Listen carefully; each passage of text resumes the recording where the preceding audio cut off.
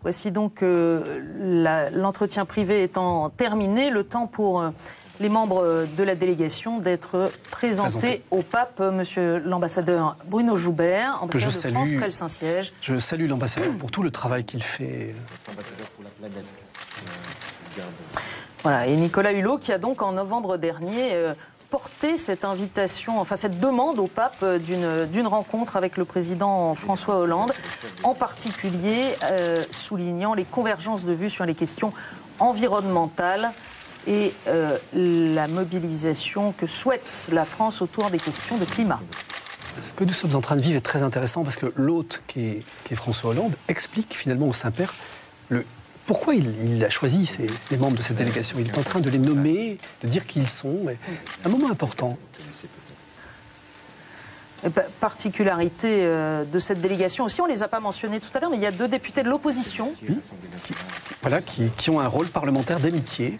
Voilà, du groupe d'amitié entre le Saint-Siège et la France, groupe d'amitié parlementaire. Et dont l'action est courageuse et vraiment permanente pour inviter justement de nombreux catholiques à se rendre à Rome, à travailler le lien politique entre Vatican et France.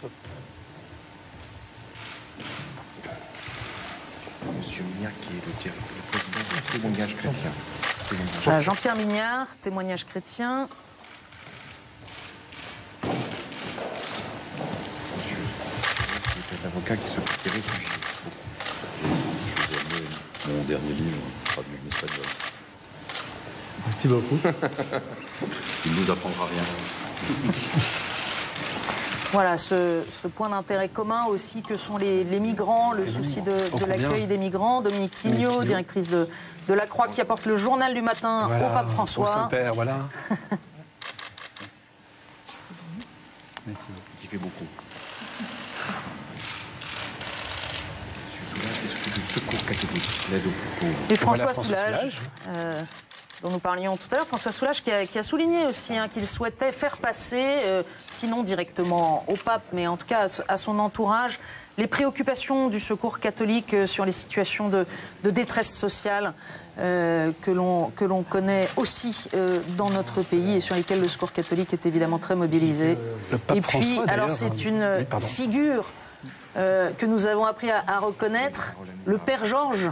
Et oui, Georges Van Den Busch, qui a été libéré il y a si peu de temps après avoir été pris en otage.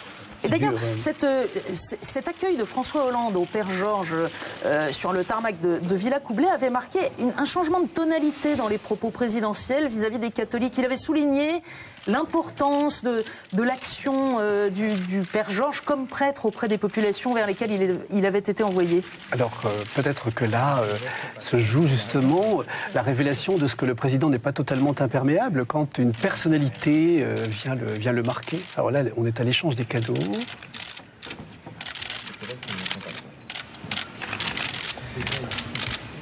Le président Hollande vient d'évoquer Saint François de Sales pour commenter le cadeau qu'il vient de faire. Voilà.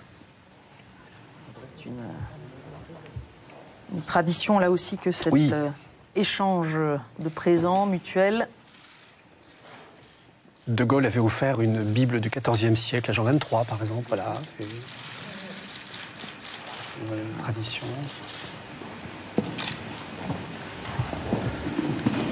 Vous remarquerez qu'on a pris son temps dans l'entretien. On a pris son temps. On a pris son temps. Et alors, ça aussi, ça fait partie, on peut peut-être le souligner pour les téléspectateurs, tout le monde ne le sait pas, on parlait de cette double dimension spirituelle et puis de l'État, du Vatican. Alors, selon la nature de la visite et de l'interlocuteur, le pape donne un petit cadeau, mais c'est pas le même. Quand il s'agit d'une rencontre civile, c'est la médaille du pontificat. Et quand il s'agit d'une rencontre de catholiques, c'est le chapelet aux armoiries du pape. Pour bien marquer aussi, effectivement, à la fois cette distinction et en même temps cette unité dans les rôles qui sont les siens. Alors on peut espérer, évidemment, pour François Soulages, pour Dominique Quignot, pour le Père Georges, qu'ils aient aussi le chapelet. On va le leur souhaiter.